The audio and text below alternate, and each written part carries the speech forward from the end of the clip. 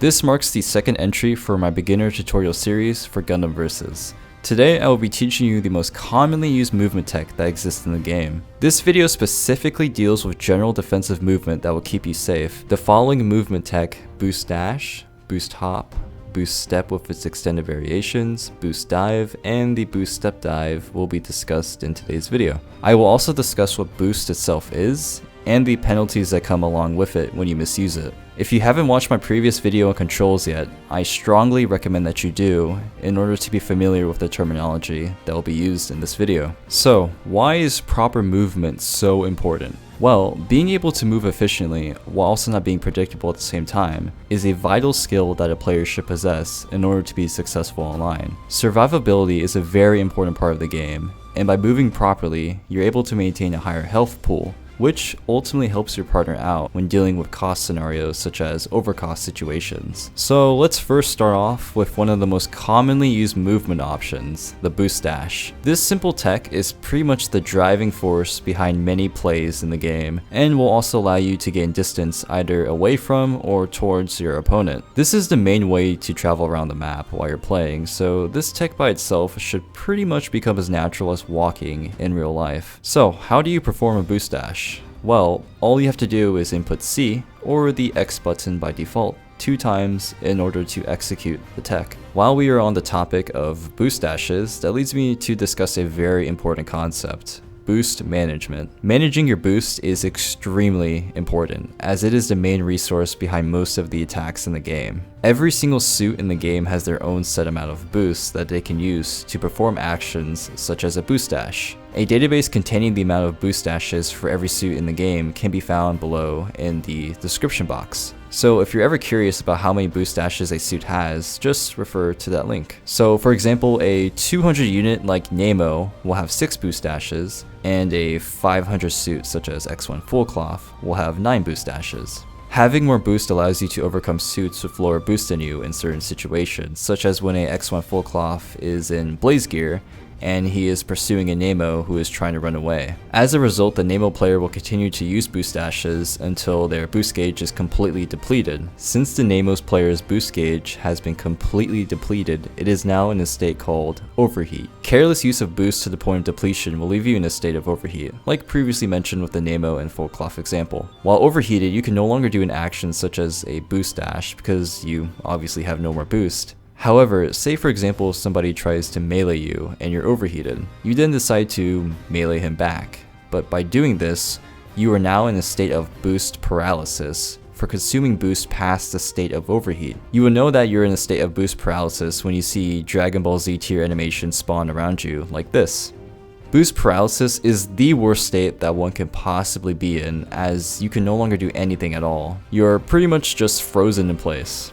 So, rule of thumb, do not put yourself in a situation where you will know that you will be punished unless you're 100% sure that you can walk away without receiving pointless damage. Next, to add on to the boost dash tech, you can do what is called a boost hop. This is where you simply input C after inputting a boost dash to do a hop in the air. Holding C allows you to go higher the longer you hold the input. However, make sure you don't pointlessly fly way too high up in the air, as this is a very punishable act. This is better than simply doing a boost dash because you're able to avoid incoming range attacks better. Often when you're being chased by aggressive melee players, this will allow you to gain aerial distance so that your partner can bail you out. I can guarantee you that when the game releases, many players will try to come at you with melee, so keep this in mind and stay relatively close to your partner. This is a key tech that you should get in the habit of using so that you can't easily get shot by incoming stray shots. Additionally, this can also be used to avoid current meta strikers such as Gold Sumo, or other attacks that are dangerous when used on ground level.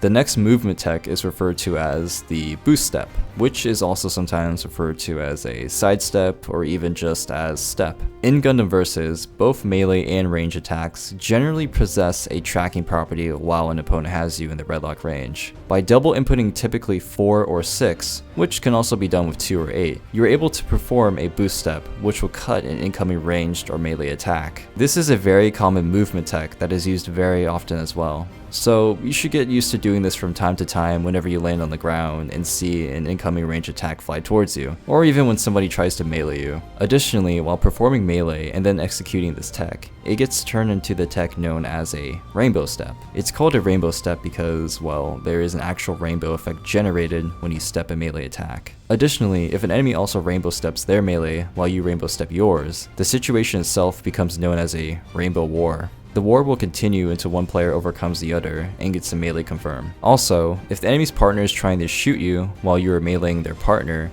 rainbow stepping your melee will sometimes allow you to finish downing their partner while you cut the tracking of the incoming range attacks, and then hopefully get away safely by boost dashing away. But do be aware that melee is pretty risky to do in general if both of the enemies are near you, so you're most likely going to get cut when you try to melee one of them. Your best bet is to get it down using range attacks and strikers to prevent an unfavorable trade. The final version of a boost step is called a FUA step. A FUA step is when you input C after you do a boost step so that you perform a hop. To be honest, this tech isn't really used as much as it was since full boost, but I thought I would let you all know regardless, just in case you just so happen to be in a situation where this would be a viable choice of movement. Moving on, we will now talk about the boost dive mechanic. This mechanic is newly introduced to Gundam Versus and is used to instantly dive towards the ground using boost.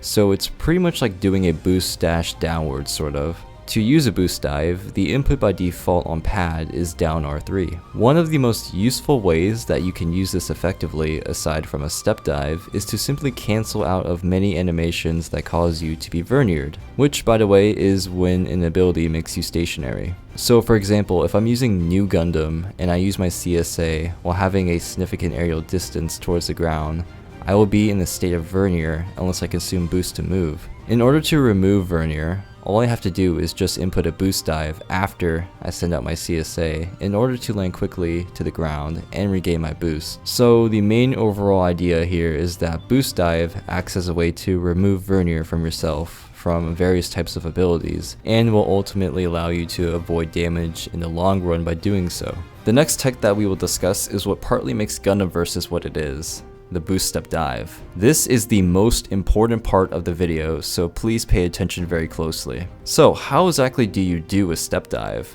To start off, to execute a step dive, you have to input boost step plus boost dive at the same time. Additionally, you must be lifted off the ground in order to use a step dive. You can step dive in any direction, but typically I recommend that beginners start off by using a step dive backwards to stay in minimum redlock range for their attacks, and to also be safe via spacing as well. There are two different styles for a step dive, and they will alternate back and forth from each other depending on the situation. The first style should be used when nothing is really posing a threat on you, so pretty much use this style when you aren't really being focused hard to the point where you're forced to get more aerial distance. And all you have to do to execute this step dive style is do a boost dash plus a step dive. Because you executed a boost dash, you are instantly lifted off the ground, thus allowing you to use a step dive. Typically before and after you perform a step dive, you want to shoot out a range attack in order to cover your movement and to also force theirs at the same time. The only downside for step diving this way is that you are highly susceptible to the current meta strikers such as Gold Sumo and Kimura's Trooper. Additionally, players who mindlessly attempt to melee you will also have an easier chance to actually get near you simply because you don't have aerial distance towards them, and because they can just rainbow step their melee to have another attempt to hit you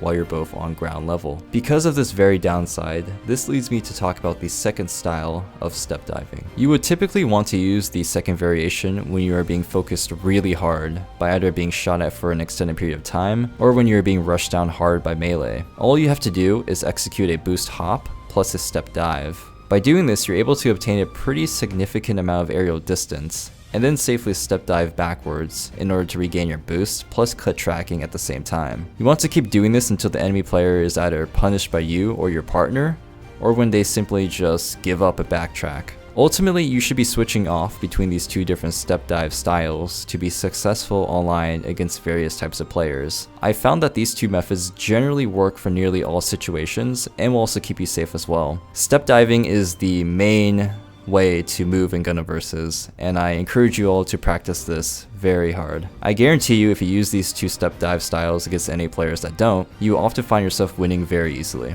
So that's about it for my video covering general defensive movement in Gundam Versus. Everything discussed in this video is what I have personally found to be the most useful tech to use online, and was even tested against good players to fully confirm its efficiency. If you are interested in more videos that will help you learn the game from a veteran that often performs fairly well online, then feel free to subscribe to my channel. Additionally, I am reopening my Discord channel to help out newer players, so if you're interested in meeting a bunch of newer players that want to get good, then feel free to join us using the link down below. I will soon start to host group lobbies that will be publicly available as well. Also, if you want to follow me on Twitter or Facebook, then those links are down below as well. As always, I appreciate all of you that watched the video, and hope that you all have a good time learning Gundam Versus.